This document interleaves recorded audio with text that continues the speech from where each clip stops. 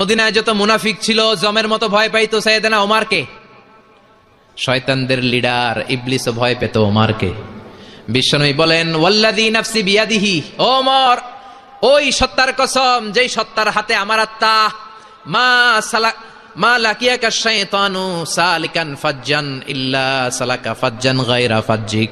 ওরে ওমর, শয়তান যদি তোমারে কোনো রাস্তায় দেখে, ইবলিস যদি তোমারে কোনো রাস্তা দিয়ে হাঁটতে দেখে, ইবলিস ওই রাস্তা রেখে দিয়ে অন্য রাস্তা দিয়ে হাঁটে। ইবলিসও সাইয়েদনা ওমর ফারুককে দেখলে, এই রাস্তা দিয়ে দেখলে ওর বাপের কি জীবনে এই রাস্তা দিয়ে হাঁটবে না, এই রাস্তা ধুইয়া ওই আরেক রাস্তা ধরবে, চিল্লায় পড়েন আল্লাহু আকবার।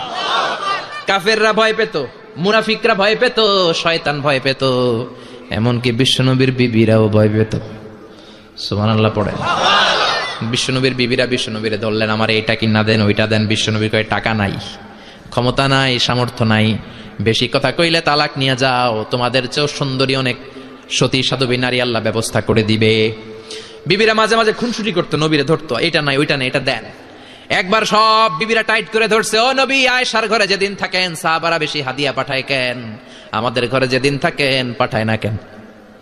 কালকে জুমার নামাজের পরে ঘোষণা দিবেন সবার ঘরে সমান সমান হাদিয়া। নবী কয়, আমি হাইতান্ন। ও মিয়া, কে হাদিয়া দিবে, কটুক দিবে, এটা কি ইমাম সাহেবের কাজ? ইমাম সাহেবের বাসায় কে কোন দিন কি খাওয়াবে, কি গিফট দিবে, এটা তো কে যে গিফট দিবে তার ব্যাপার।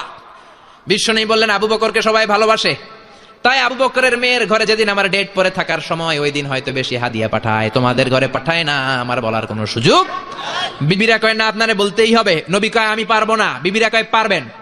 ইন দ্য মিন টাইম দরজার উপর থেকে কে যেন সালাম দিল, আসসালামু আলাইকুম ওয়া রাহমাতুল্লাহ। বিশ্বনবী বললেন, ওয়া আলাইকুম আসসালাম।